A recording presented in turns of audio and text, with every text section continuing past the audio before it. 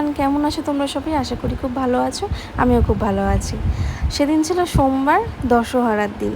সেদিন উঠে পড়েছিলাম একদম সকাল সকাল ঘুম থেকে, তাও বাজে ওই 5টার সময়। তোমরা সবাই জানো দশহরার দিন মা মনসার পুজো, আর মা মনসার পুজোর দিন তাকে আমাদের বাড়িতে অনেক বড় দায়িত্ব। সকাল সকাল উঠে আমি বাড়ির দিকের কাজগুলো সেরে নিয়েছিলাম। আমি ঠাকুরের কাজে কোনো রকম হাত লাগাতে পারিনি, তার কারণ হলো আমার গঙ্গা স্নান হয়নি।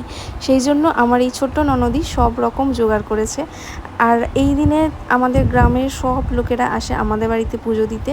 তার কারণ হলো এই গাছটি যেটা দেখছেন, এই গাছটি একদম মেন রোডের সামনে বসানো আছে, আর এটার একটা স্টপেজ আছে মনসাতলা বলে। আর এই মনসা গাছটি আমার বসিয়ে গেছিলেন শ্বশুর।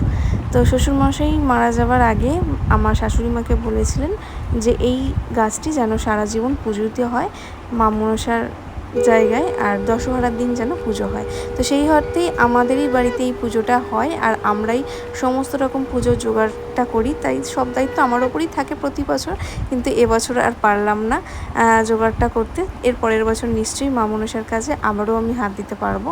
তো দেখতে পাচ্ছ এখানে সবাই, ওখানে বাড়ির পুজো হয়ে গেল, আর এখানে সমস্ত রকম মাঠের যে পুজোটা সেই পুজোটাও জোগাড় হয়ে গেছে। আর এবারের জোগাড়ে সব কিছু করেছে আমার মা আর আমার ননদি আর ঠাম্মি, আর আমার যাও ছিল। আর ওখানে আমি রান্নাটা বাড়ির করে নিয়েছিলাম। আর এই দুষ্টুটাকে দেখো, সব সময় হাত চুষতে থাকে।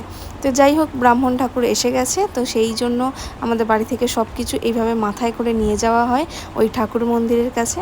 আর গ্রামের সবাই আসে এই পুজোটা দেখতে। আর সবার সাথে পা মিলিয়ে আমিও চললাম ঠাকুর মন্দিরে।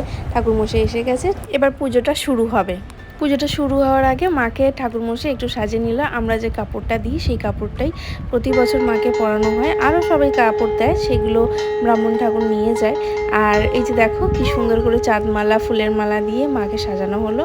আর শঙ্খ উলুধ্বনির মাধ্যমে মায়ের পুজো শুরুও হলো। যখন আমার শ্বশুরমশাই মারা যায় তখন আমার হাজব্যান্ডের বয়স ছিল ওই 2 বছর মতো। তখন থেকে এইভাবেই পুজোটা হচ্ছে। আর এতদিন শাশুড়ি মা সামলাতো, আর তার বংশ পরম্পরায় আমি তার বৌমা, এখন সব দায়িত্ব আমার উপর এসে পড়েছে।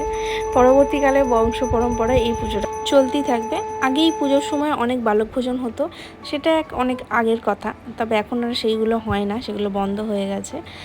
আগে শুধু গ্রামের লোকেরাই পুজো দিতে আসতো, তবে এখন তার দায়িত্বটা আরও একটু বেড়েছে, কারণ আমাদের এলাকার থানা, কিছু দোকানপাট, সব কিছুর পুজো এখান থেকেই দেওয়া হয় নামগোত্র ধরে। যত দিন যাবে তত দায়িত্ব বাড়বে। যাই হোক, সব পুজো শেষে বাড়ি ফেরার পর আলুর দম করে রেখেছিলাম, সেই আলুর দম দিয়ে মুড়ি আর চিড়ে মুরগি ফলার খেয়ে আমাদের দিনটা আজকে শেষ করলাম। আর ভিডিওটিও এখানেই শেষ করলাম। এখানে চলছে মান অভিমানের পালা, এদের মান অভিমান চলতেই থাকুক। ভিডিওটা এখানেই শেষ করলাম। পরবর্তী ভিডিওতে আবার আপনাদের সঙ্গে দেখা হচ্ছে। কেমন লাগলো আজকের ভিডিওটি অবশ্যই আমাকে কমেন্টে জানাবেন, আর ভালো লাগলে চ্যানেলটি অবশ্যই একবার সাবস্ক্রাইব করে দেবেন।